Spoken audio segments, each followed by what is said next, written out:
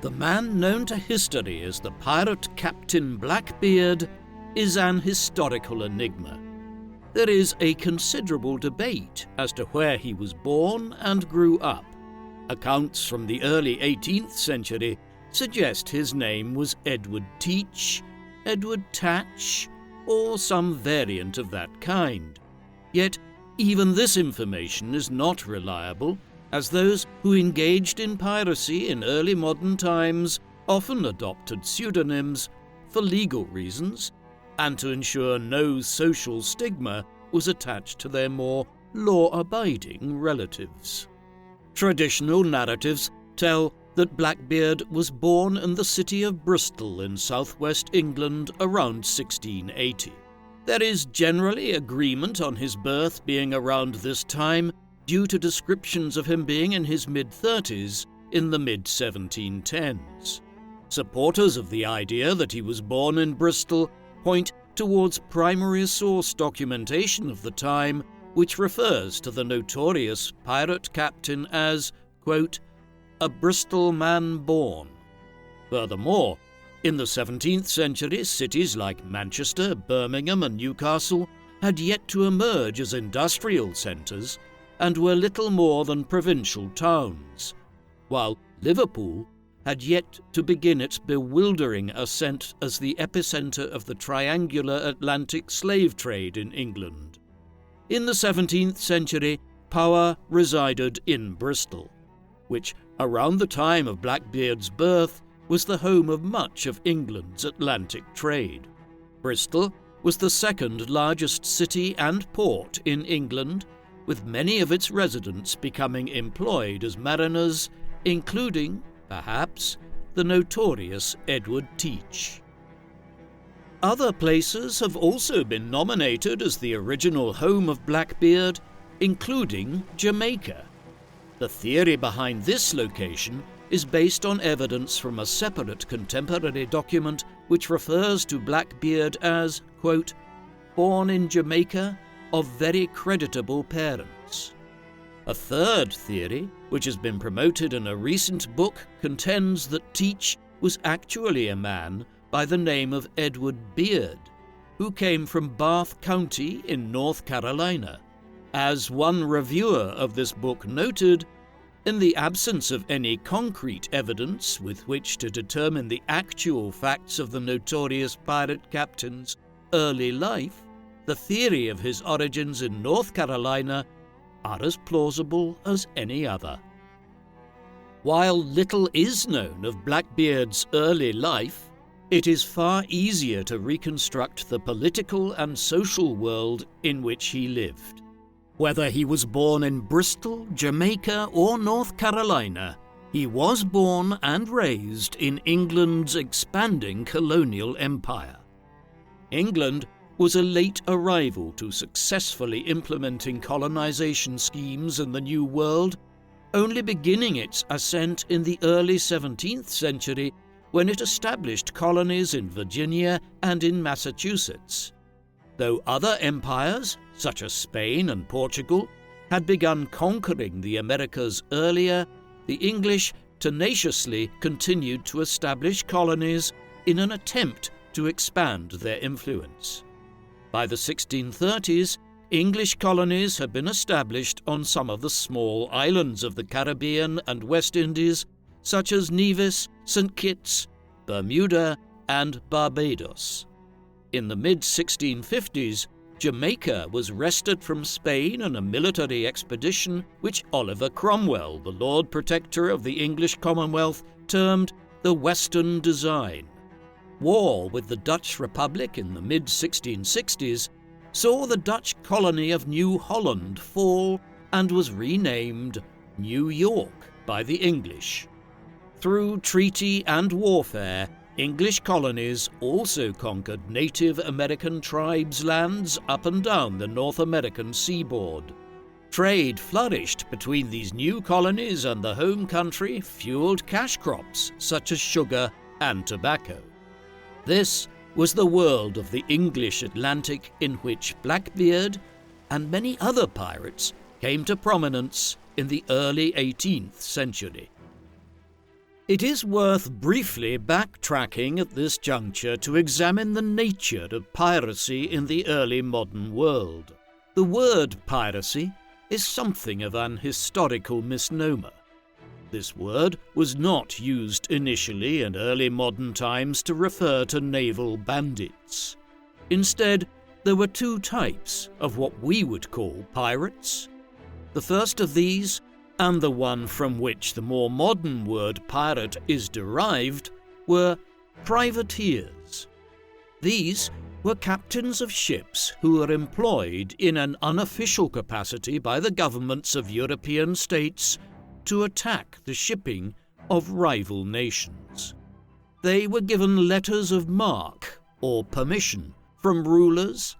However, if anyone asked too many questions, they were acting in a private capacity, hence the name privateers.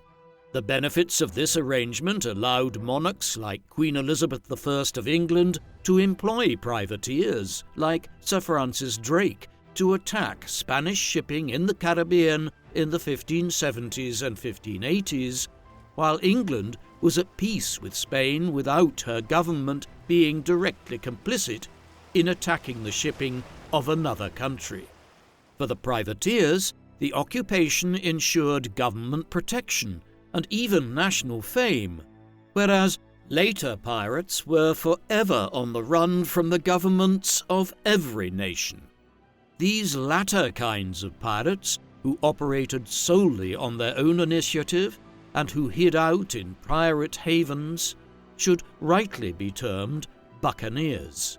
These buccaneers operated primarily in the northern and eastern Atlantic in the first half of the 16th century, sailing out of remote ports in southern Ireland, the English West Country, and even parts of North Africa along the coast of Morocco. But by the second half of the 17th century, as European colonial settlements grew in number in the Americas, they had relocated westwards and were increasingly based out of pirate havens in the Caribbean, where they could strike directly at the growing number of ships travelling between the English, Spanish, and French colonies. The increase in Caribbean naval traffic led to a huge explosion in piracy in the Caribbean and Atlantic worlds by the time Teach was born. However, one final element was needed to drive the expansion of piracy in the early 18th century. In November 1700, King Charles II of Spain died without a clear heir.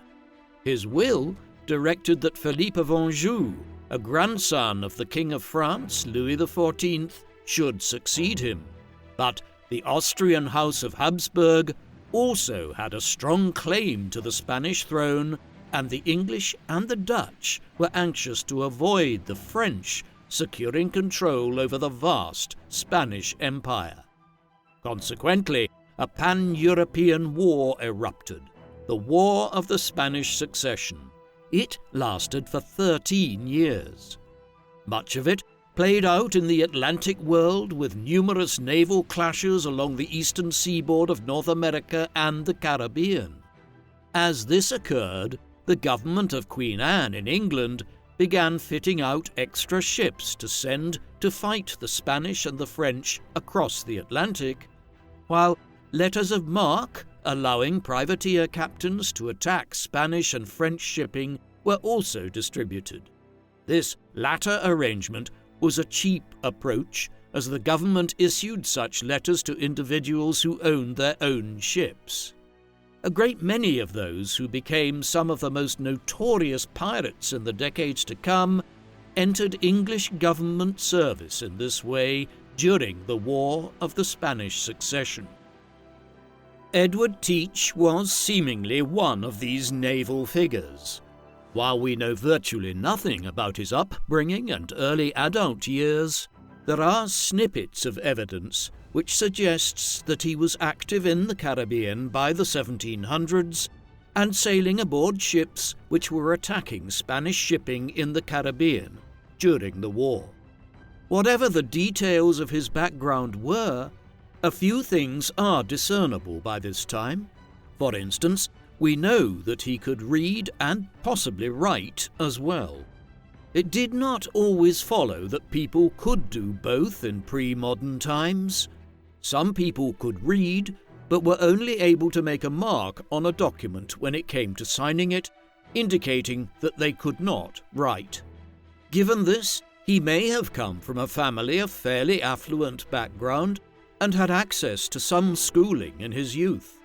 By the late 1700s or early 1710s, he was actively sailing with the privateers who were in the semi-employment of the English crown in the Caribbean.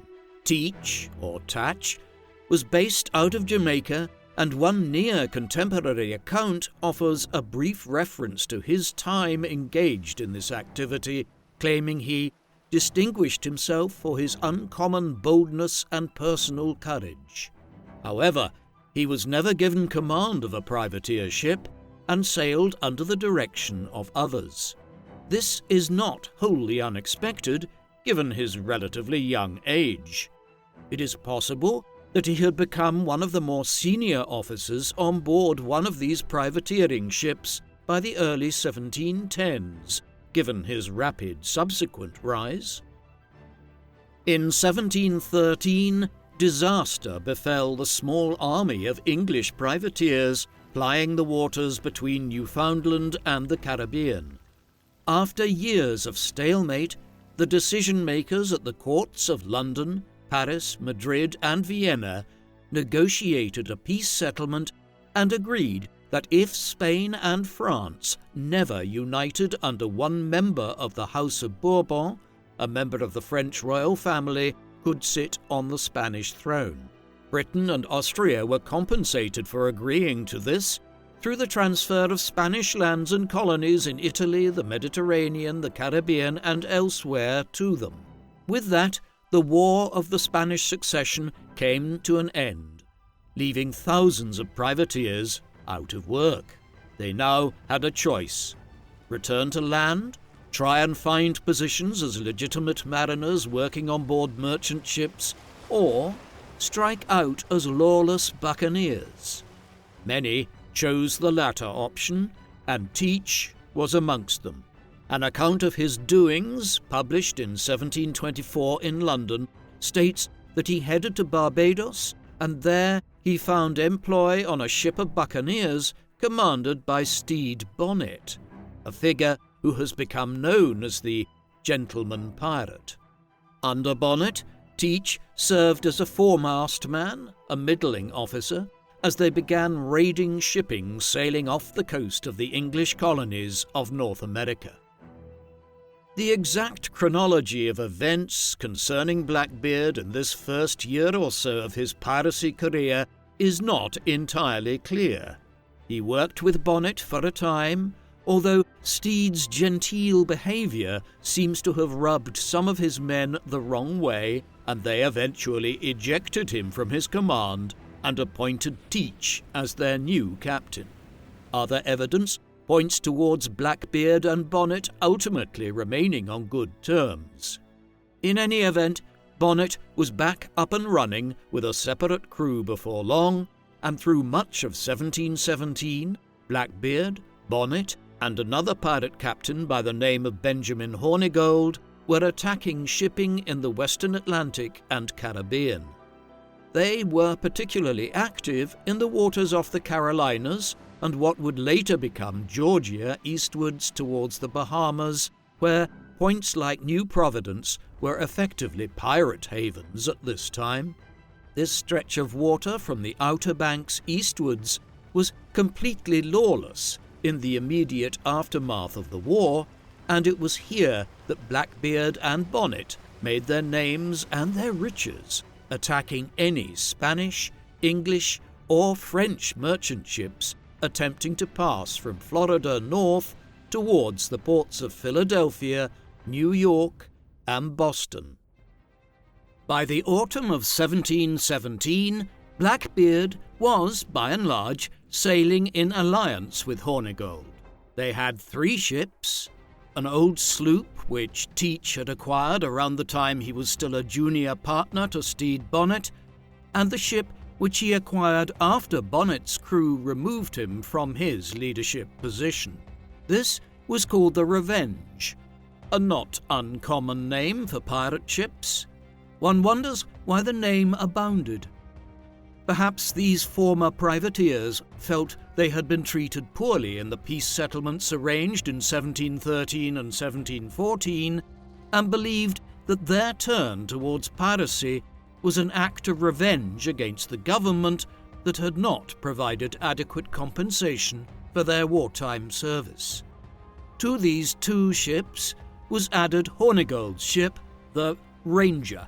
A fourth ship of an unknown name was added soon afterwards, so that Teach, Hornigold, and others, such as David Heriot and Israel Hands, who were junior commanders to Blackbeard, were sailing a small flotilla of pirate ships along the eastern seaboard of North America. Records indicate they captured numerous ships and robbed them of their goods here in October 1717. These included the Robert and the Good Intent, two ships based out of Philadelphia in Pennsylvania and Dublin in Ireland. The score must have been substantial, as Hornigold decided to retire after these attacks. He left with one of the smaller sloops and the Ranger. In an interesting twist, Hornigold soon offered his services as a pirate hunter. He and Teach would never see each other again. While Blackbeard and his crew were now down to the smaller sloop and the Revenge, they soon acquired the ship which Blackbeard is most famous for owning. On the 28th of November 1717, he and his men came across a French ship not far from the island of St. Vincent in the Caribbean. This was a Guineaman, the colloquial name for a slave ship, due to how these vessels generally plied their trade along the Guinea coast of Western Africa before transporting their human cargo to the Americas. The ship was named La Concorde, though it had earlier been an English ship before being captured by the French during the previous war. Teach and his crew fired off several broadside shots of cannon, and the French quickly surrendered. Running to over 31 meters in length, with a complement of 40 cannons and able to hold a crew of 200 or more pirates, La Concorde was a bigger ship than any Teach had captained before. He thus made it his flagship and renamed it the Queen Anne's Revenge, again naming the boat after Queen Anne, who had died in 1714, right around the time the war ended and former privateers like Teach decided to become buccaneers, suggests a pining for the days when they believed they had been well treated by the English government. Exactly what was done with the slaves is unclear. Some may have been marooned with the French crew of La Concorde, though it is also plausible that Teach recruited some of them as pirates who joined his crew. With his new flagship and his other two vessels, Blackbeard continued to raid in the Caribbean and along the shores of the English colonies through the winter of 1717 and into the spring of 1718. One of his most infamous prizes was the Great Allen, a large merchant ship which was seized near St. Vincent within days of the capture of the Queen Anne's Revenge. The sacking of this ship, stranding of its crew on shore, and then burning of it was reported as far afield as New England, where the Boston Newsletter noted that Teach had 3 ships under his command and at least 150 pirates, though other accounts suggest that the numbers in his pirate crew had swelled to well over 300 by that time. It was the first of half a dozen valuable prizes which Blackbeard and his crew captured that winter around the Caribbean. The captain of one of these, Henry Bostock, provided one of the most extensive and reliable accounts of Blackbeard when he was deposed by the governor of the island colony of St. Christopher shortly after his return. He noted Teach as being very tall and thin and possessed of an immense black beard.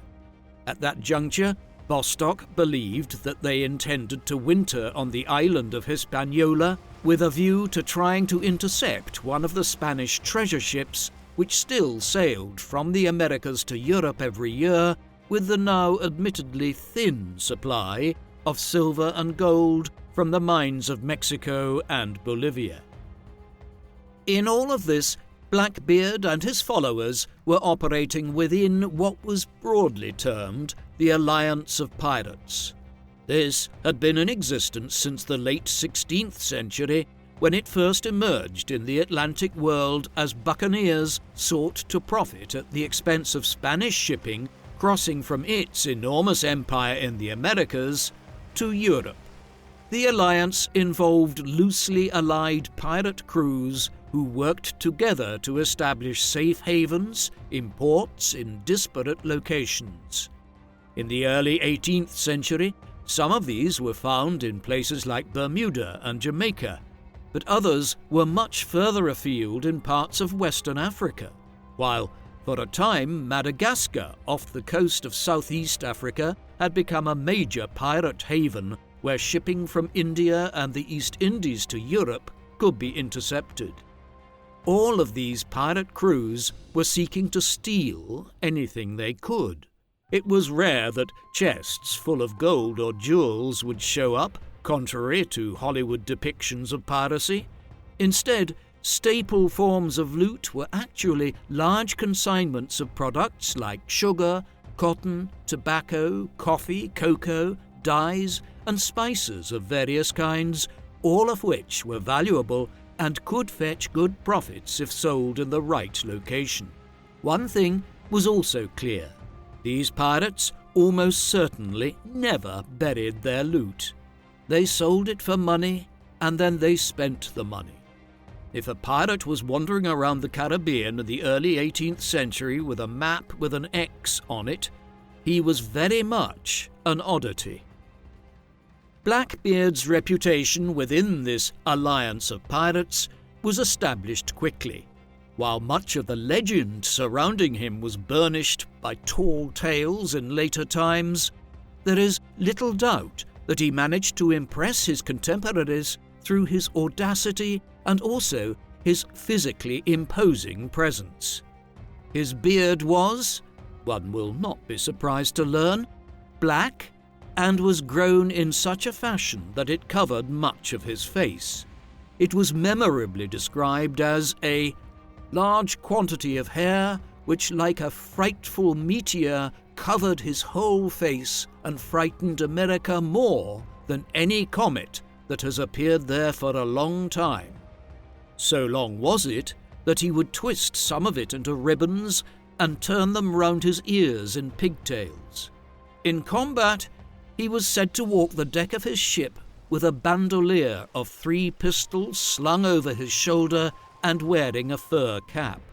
Legend has it that some form of lit matches or dynamite was placed by him coming out of the sides of his cap or beard, so that, quote, imagination cannot form an idea of a fury from hell to look more frightful.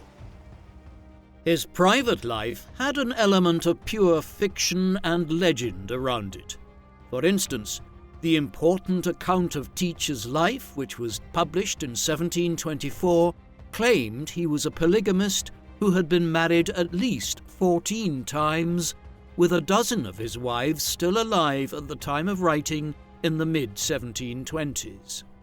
It was common practice, the same author noted, for the pirate captain and his wives to engage in orgies. How much of this can actually be taken seriously, or whether or not it was entirely fabricated to shock a gullible reading audience in early Georgian England, is open to considerable debate, though it is notable that many historians of the golden age of piracy do think that the author of this account, a writer who went by the pen name Charles Johnson, was himself a pirate who may have been active in the Caribbean in the late 1710s. Teach, or Thatch, was also known for his heavy drinking. On one occasion, after a night of heavy imbibing, he allegedly had his men set fire to the entire lower deck of a ship and then wandered around roaring about how he had created a version of hell. A journal of his, which has not survived, but which was allegedly found in his ship after his death, contained entries like, "Such a day, rum all out," and elsewhere, "Such a day, took one with a great deal of liquor on board, so kept the company hot, damned hot, and all things went well again." It isn't difficult to see from descriptions like this how Blackbeard and pirates like him gained a reputation for loose living and debauchery. These salacious and often fantastical details about his appearance and private life aside, Blackbeard's reputation and legacy was based above all other things on his actions in the winter of 1717 and into the spring and early summer of 1718. After wintering in the Caribbean, he and his men evidently abandoned the idea of striking at the Spanish treasure fleet and instead sailed for the Carolinas in North America. It was at this time that Teach decided that they would blockade the port of Charleston in what is now South Carolina. Charleston was one of the most important port towns in the entirety of the British colonies across North America. By the early 18th century, it was the epicenter of the tobacco trade in the southern colonies, and huge consignments of tobacco were shipped from there to the European market every year. Few people would have ever considered attacking a port this substantial for the very simple reason that it would have generated too much attention, and it was assumed that the defences of the port would be substantial enough to ward off a pirate attack. But Teach was about to prove them wrong. That May, his ships showed up on the outskirts of Charleston. The blockade of Charleston continued for a period of 9 or 10 days. The port of Charleston lies inside the Charlestown Bar, a bar or stretch of shoals which form a shallow barrier at the mouth of the Ashley River. Ships have to navigate the Charlestown Bar carefully to avoid running aground on the shoals. Aware of this, Blackbeard and his crews anchored their ships along the bar and waited here for their prey to try and enter or leave Charleston. They captured several ships in the process, one being the Crowley, an English ship which was disembarking to head across the Atlantic to London. On board were several prominent officials and figures who Blackbeard took captive, sending word to the governor of South Carolina, Robert Johnson, that he had them prisoner and demanding ransom, principally in the form of medicines, an act which suggests an outbreak of disease of some kind amongst Teach's crew, or perhaps a growing penchant for smoking opium amongst the pirate crew.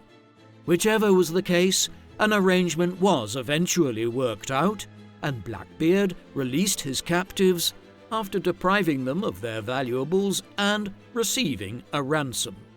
He then decided it was best to make himself scarce before a flotilla of Royal Navy ships could be gathered to strike against him. The blockade of Charleston was one of the most striking events in the whole of the golden age of piracy, a period of upwards of 2 weeks in which a pirate crew managed to effectively block all passage in and out of one of the foremost port towns of North America. While the blockade of Charleston might have seemed like a striking statement about the power of the alliance of pirates in the years following the War of the Spanish Succession, events were conspiring to bring about a major crackdown on the actions of Blackbeard and his many allies. As early as 1715, the government of the new British monarch, King George I, who had arrived from Germany just weeks earlier to commence the rule of the House of Hanover, following Queen Anne's death, entered into a program of piracy suppression. The new king and his ministers were deeply disturbed to learn that a great many of the mariners and privateers who had so recently been allies of the crown against the French and Spanish were now attacking any shipping they came across indiscriminately. On the one hand, it struck at English economic interests in the region, while the fact that those who were attacking the ships in the Caribbean and North Atlantic had so recently been allied with the crown risked creating a diplomatic crisis for England if they continued to strike at French or Spanish ships. Consequently, there was a determination to end the piratical activity from 1715 onwards. This made little headway in the first year or two. It wasn't until the HMS Scarborough, a ship of the Royal Navy, managed to capture a pirate ship off the island of St. Croix in the Caribbean early in 1717 that the first victory was achieved. But there was a clear awareness that dozens of pirate ships were operating across the North Atlantic. Many proposed a strategy of conciliation through which the pirate captains and their followers would be offered pardons and would be allowed to keep much of their ill-gotten gains if they agreed to cease their buccaneering activity. Realizing that it would be cheaper and swifter to take this approach, in September 1717, the government of George I issued the Proclamation for the Suppression of Pirates, or the Act of Grace, as it was more widely known.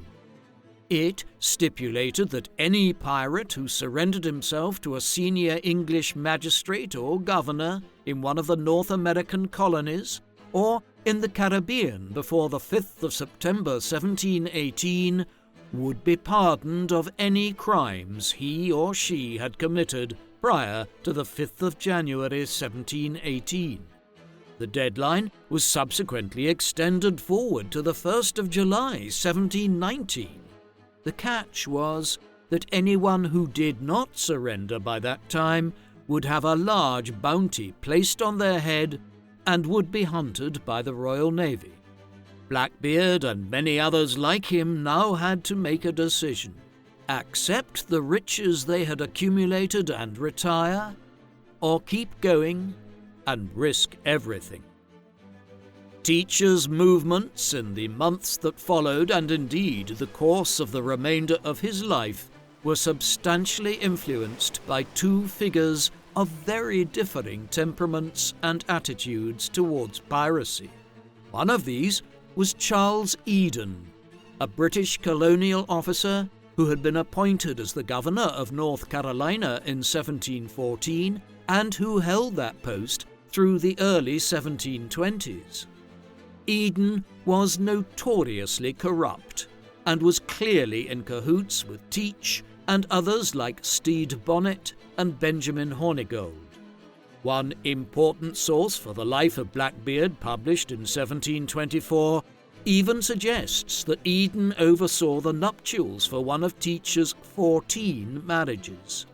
Official complaints concerning his conduct in the late 1710s suggested he had benefited financially and materially from facilitating piratical activity off the coast of the Carolinas. This was the figure to whom many former pirates turned to obtain pardons in 1718 and 1719. The counterpoint to Eden was Alexander Spotswood.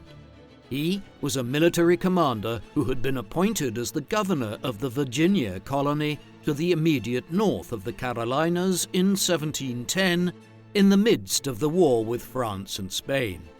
He is generally credited with expanding the Virginia colony in the years that followed and beginning the process whereby the colony expanded westwards into the Blue Ridge Mountains and into what would become the state of West Virginia.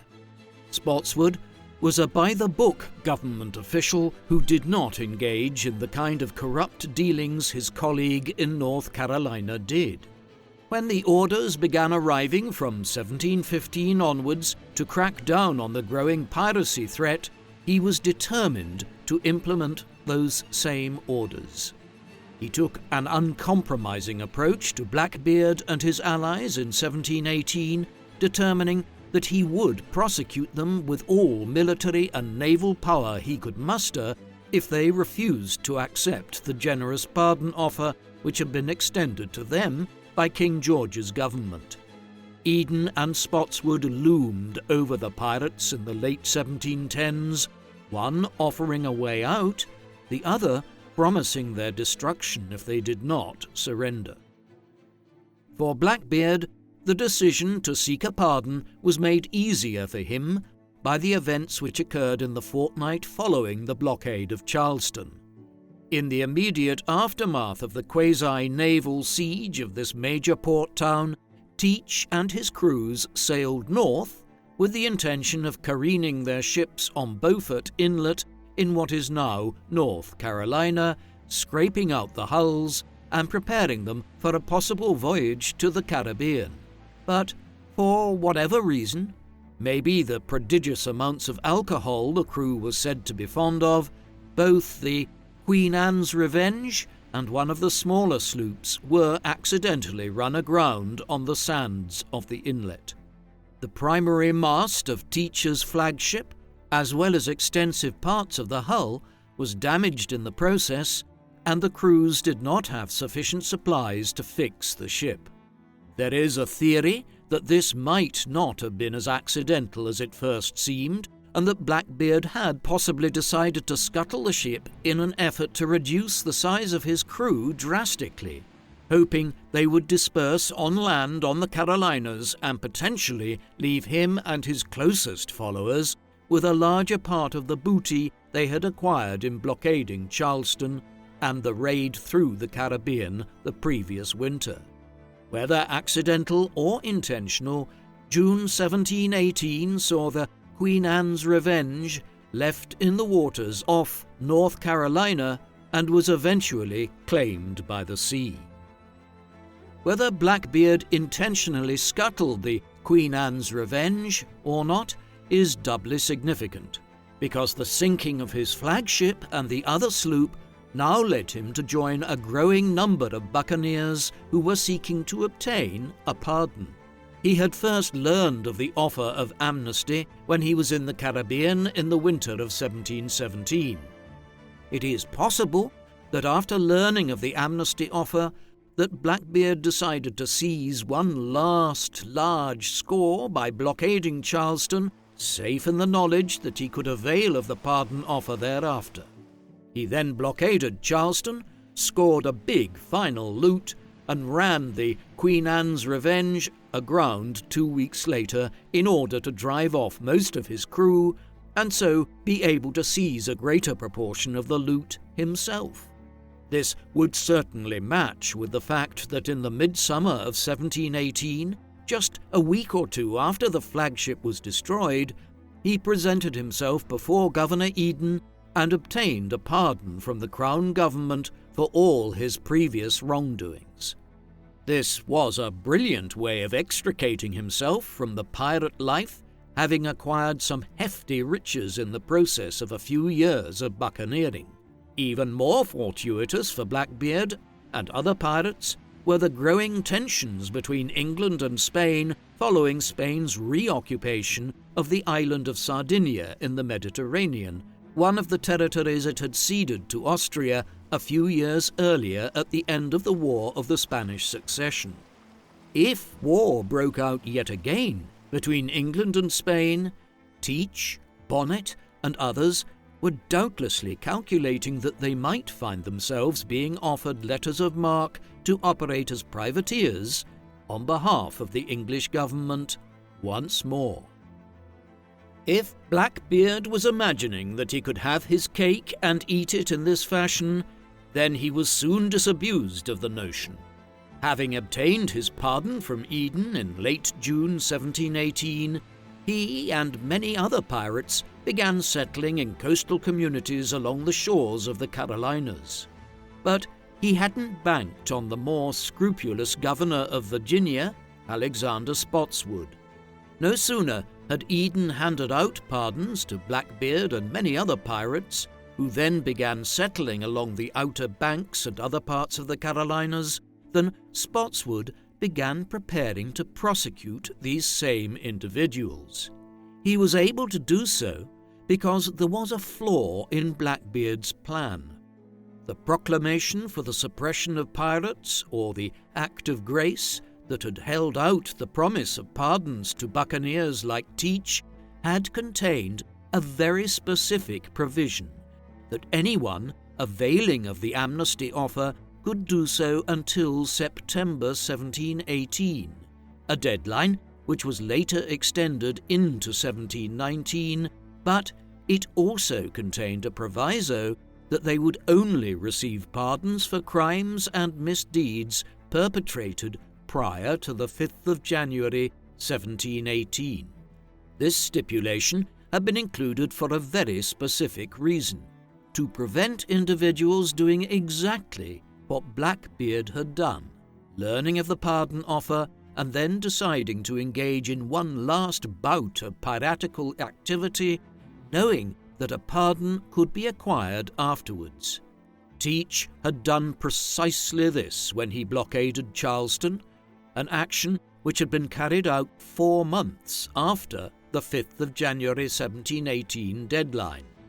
Armed with this knowledge, Spotswood was determined to prosecute Blackbeard and his followers regardless of the pardon which Eden had issued to them in the summer of 1718.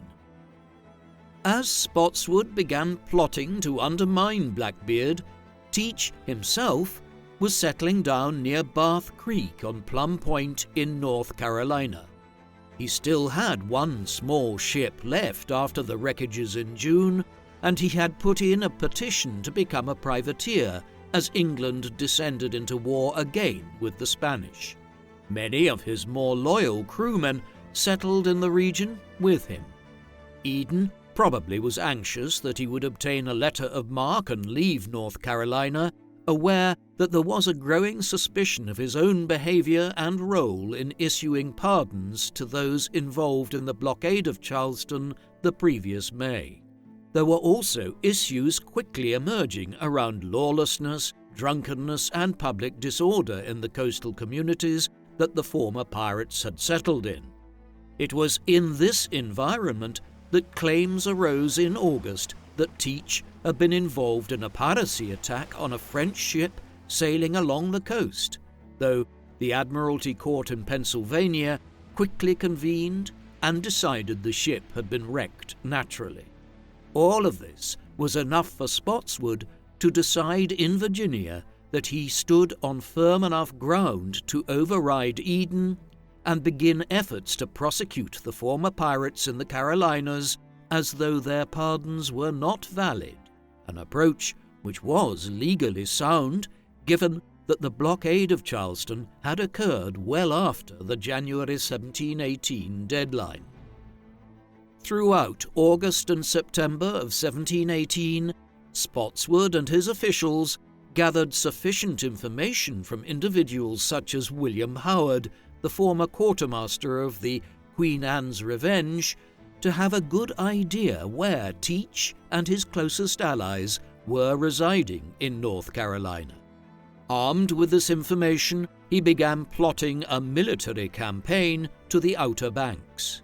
He appointed Lieutenant Robert Maynard, a veteran of the War of the Spanish Succession, to oversee the mission and granted him the use of 2 ships, the Ranger and the Jane, the latter being the HMS Pearl, renamed. Just over 50 men would accompany Maynard on board the 2 ships, with an offer held out of a substantial financial reward for killing or capturing Blackbeard, one offered by the local government of the Virginia colony, who were worried that Teach and his associates would become a major problem for their trade and would soon begin attacking ships if left to his own devices in North Carolina. Thus, armed with dozens of cannons and incentives, Maynard and his men set out from Virginia on their 2 ships on the 17th of November, 1718. An extensive contemporary account of the events which followed was published in London in 1724 and provides an unusual level of detail concerning what would ultimately prove to be the final events of Teach's life. After 4 days of tiptoeing down the coast, Maynard and his men on the Ranger and the Jane arrived at Ocracoke Inlet on the Outer Banks near what is now called Cape Lookout. They had proceeded cautiously with the aim of not alerting Blackbeard or any of his followers to their arrival in North Carolina. Nevertheless, it appears that Teach was informed of their coming, and he may have been tipped off by the buccaneers' perennial friend, Governor Eden. As a result, before Maynard and his crews ever arrived in North Carolina, Teach had ordered his former crew members to begin making up his remaining ship, the small sloop, the Adventure, for them to either engage Maynard or else to try to slip away if he did arrive. They did not make a preemptive move to flee from the Outer Banks, as this was not the first warning they had received about a possible effort by Spotswood and the Virginians to capture him.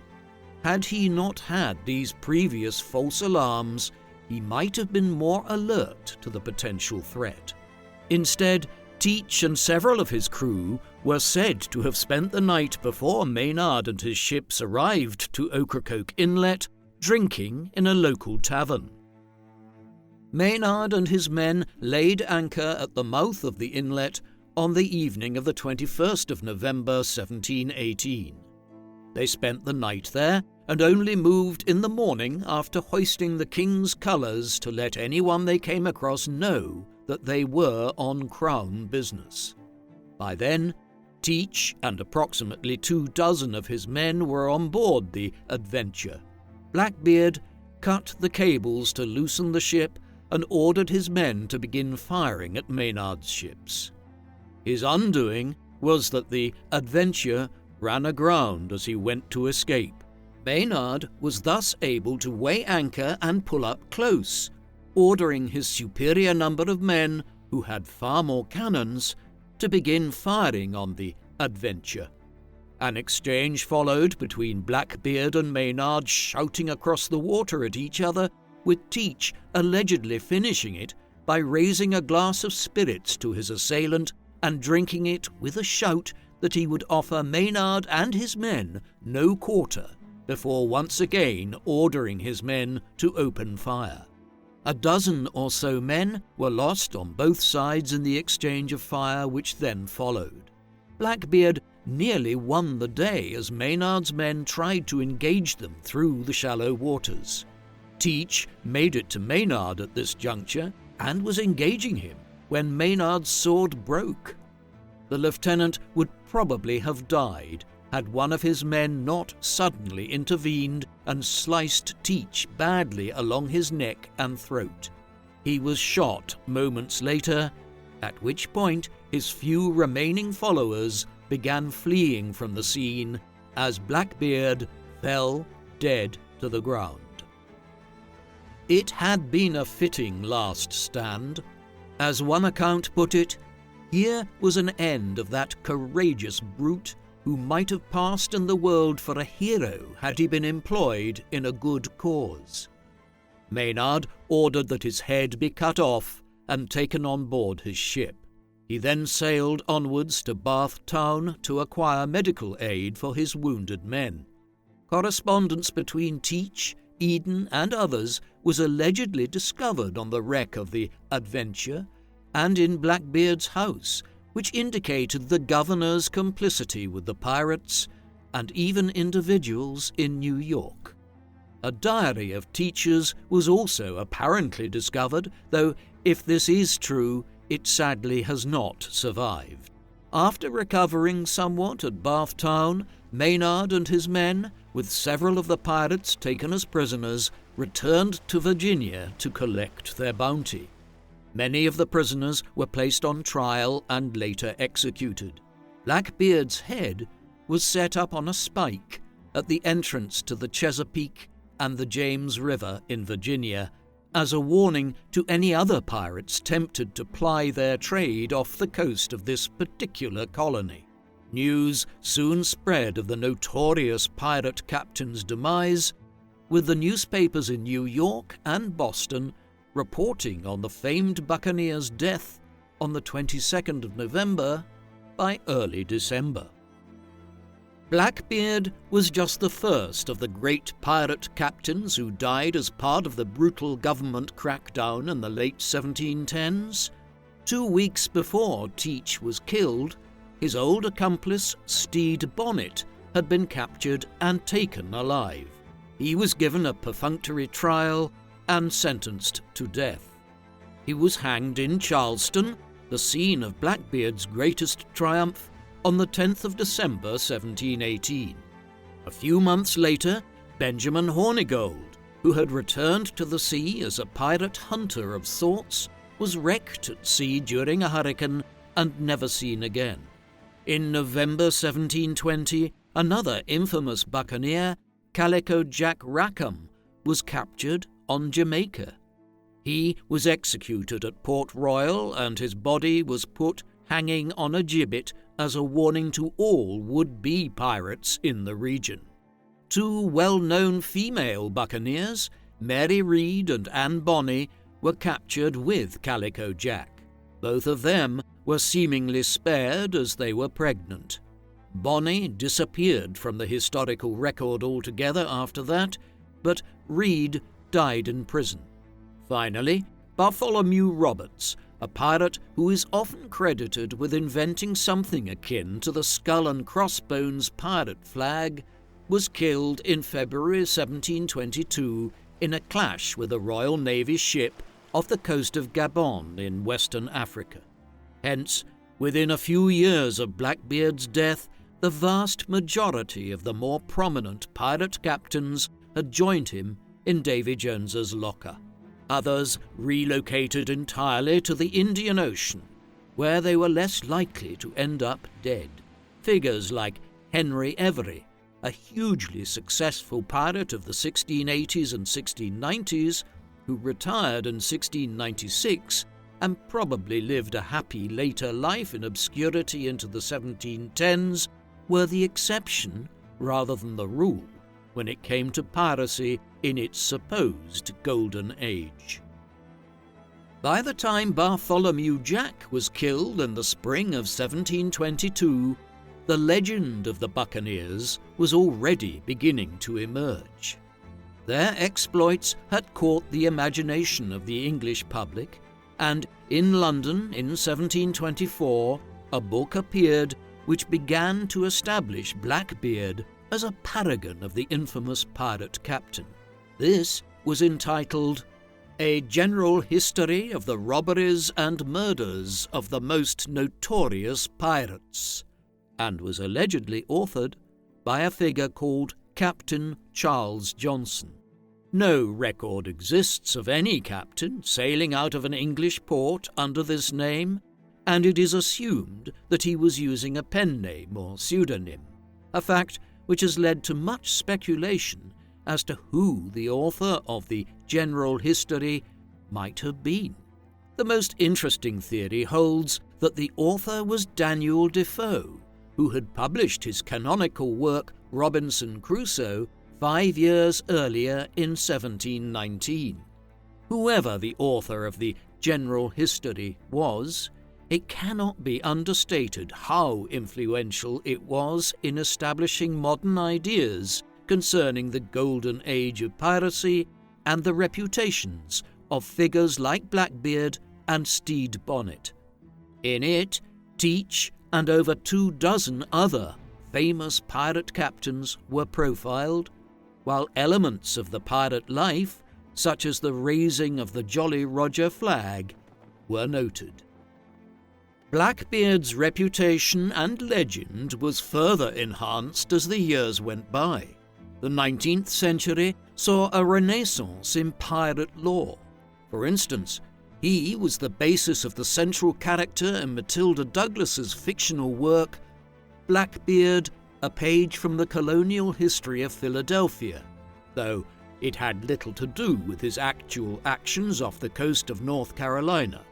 More significant was the publication in serial form in the early 1880s of Robert Louis Stevenson's Treasure Island, a work which more than any other established a wide array of tropes concerning the buccaneers of the golden age of piracy. Blackbeard is both mentioned directly by Stevenson, and one character is named Israel Hands, in reference to the deputy commander of the Queen Anne's Revenge. A slew of popular works in the 20th century have all been based to some extent on Blackbeard, notably J.M. Barrie's rendering of Captain Hook in Peter Pan, a pirate captain whose hook hand is the equivalent of Teach running around the deck of his ship with dynamite in his beard. A great many television shows and films have centered on characters either called Blackbeard or based on the popular cultural image of Blackbeard, the most recent version being found in Disney's Pirates of the Caribbean franchise. Blackbeard's status as the most infamous of all the buccaneer captains of the golden age of piracy has ensured that academic interest in him remains high, and universities have been able to obtain funding for projects related to him, no matter how loose the connection might be. In the late 1990s, a project discovered the wreckage of the Queen Anne's Revenge off the coast of North Carolina. Naval archaeological expeditions at the site have since retrieved 30 cannons and tens of thousands of different artifacts which can be associated with the wreckage. Live underwater footage of the wreck was even broadcast in the early 2000s. In 2011, the National Geographic Society confirmed that the wreckage was Blackbeard's infamous ship, as sufficient evidence had accumulated by that time to confirm it as such. Notably, a wine glass decorated to commemorate the accession of King George I as the new monarch of Britain in 1714, and a sword similarly marking the accession of Louis XV as King of France in 1715. Fragments of a book entitled A Voyage to the South Sea, published in 1712, have even been identified from the wreckage, all objects which suggest a wreck from the second half of the 1710s, which, when combined with the location of the wreck and the nature of the ship, make it very likely that it is the Queen Anne's Revenge. The story of the pirate captain Blackbeard is very unusual.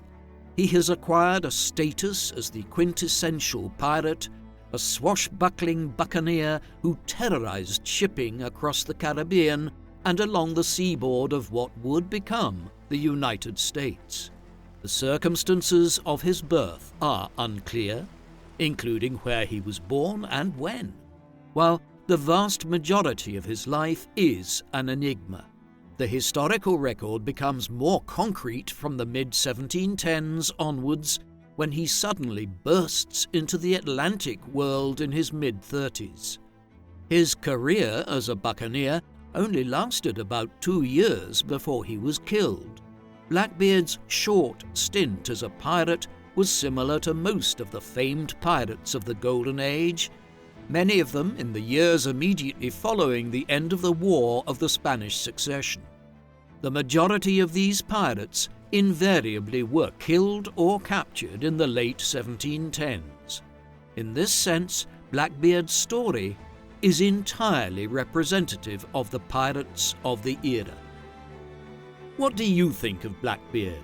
Is his reputation actually overrated, given that he was only a pirate captain for a brief period of time? Or does the terror he inspired make him a true legend? Please, let us know in the comments section. And in the meantime, thank you very much for watching.